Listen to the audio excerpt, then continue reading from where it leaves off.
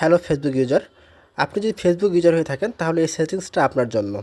এই সেটিংসটা যদি আপনি না করে রাখেন তাহলে যে কোনো সময় আপনার ফ্রেন্ডের কাছে বা অন্য যে কোনো কারো কাছ থেকে আপনি অপমানে বা লজ্জিত হওয়ার সংখ্যা আপনার আছে।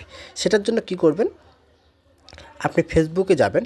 ফেসবুকে যাওয়ার পর এখানে আপনার প্রোফাইল পিকে ক্লিক করবেন। প্রোফাইল পিকে ক্লিক করার পরে এখানে যে সেটিংস অপশনটা আছে, এই সেটিং অপশনে আপনারা ক্লিক করবেন। সেটিং অপশনে ক্লিক করার পরে এখানে দেখতে পাচ্ছেন যে আরেকটা অপশন আছে যে see more and account centre, এই জায়গায় ক্লিক করবেন।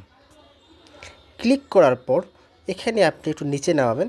এখানে দেখতে পাচ্ছেন ইয়োর ইনফরমেশন অ্যান্ড পারমিশন, এই লেখাটাতে ক্লিক করবেন।